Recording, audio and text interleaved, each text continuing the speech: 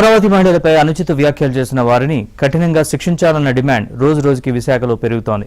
అనుచిత వ్యాఖ్యల్ని నిరసిస్తూ తెలుగు మహిళలు నిరసనలు, ధర్నాలు, ర్యాలీలతో విశాఖలో చేస్తున్నారు. తాజాగా బీజేపీ ఎంపీ లక్ష్మణ్ కూడా అమరావతి మహిళలకు మద్దతుగా నిలిచారు.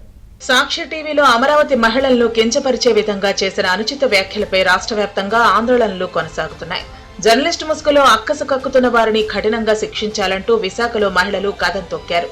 కొమ్మినేని శ్రీనివాసరావు చిత్రపటాలను చెప్పులతో కొడుతూ నిరసన తెలిపారు. భారతిరెడ్డి జగన్ క్షమాపణ చెప్పాలని డిమాండ్ చేశారు.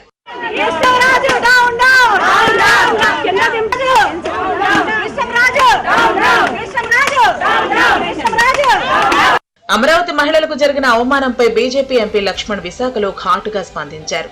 అమరావతి మహిళలకు జరిగిన అవమానాన్ని తీవ్రంగా ఖండిస్తున్నామని చెప్పారు.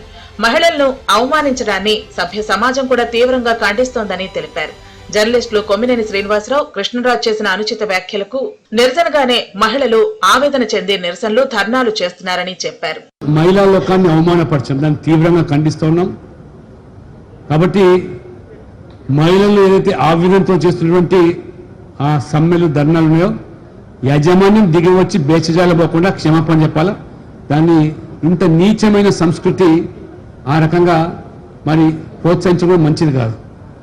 జర్నలిస్టుగా చెప్పుకునే వ్యక్తి కానీ లేదా యాజమాన్యం కానీ ప్రేక్షక పాత్ర వహించడం దాన్ని మొత్తం సభ్య సమాజం పూర్తిగా తీవ్రంగా ఖండిస్తా ఉన్నది. జర్నలిస్టులు కొమ్మినేని శ్రీనివాసరావు, కృష్ణరాజు అమరావతి మహిళలను ఉద్దేశించి చేసిన అనుచిత వ్యాఖ్యలు నిరసిస్తూ విశాఖలో తెలుగు మహిళలు నిరసనలు, ధర్నాలు, ర్యాలీలు చేశారు. జిల్లాలో ఉన్న సాక్షి కార్యాలయం ముందు తెలుగు మహిళలు ఆందోళన నిర్వహించారు. రాజధాని అమరావతి మహిళలపై సాక్షి యాజమాన్యం, కొంతమంది జర్నలిస్టులు దుష్ప్రచారం చేస్తున్నారని మండిపడ్డారు. ఇటువంటి వ్యాఖ్యలు చేసిన వారిని ప్రోత్సహించి ప్రసారం చేసిన మీడియా సంస్థపై కఠిన చర్యలు తీసుకోవాలని డిమాండ్ చేశారు.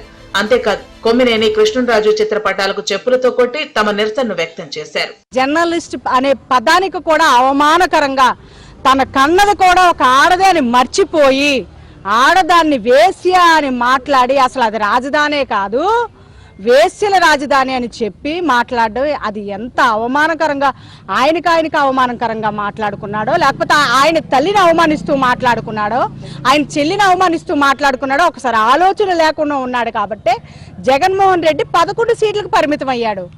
ఎందుకంటే ఆయన దించేసింది కూడా ఒక ఆడదే.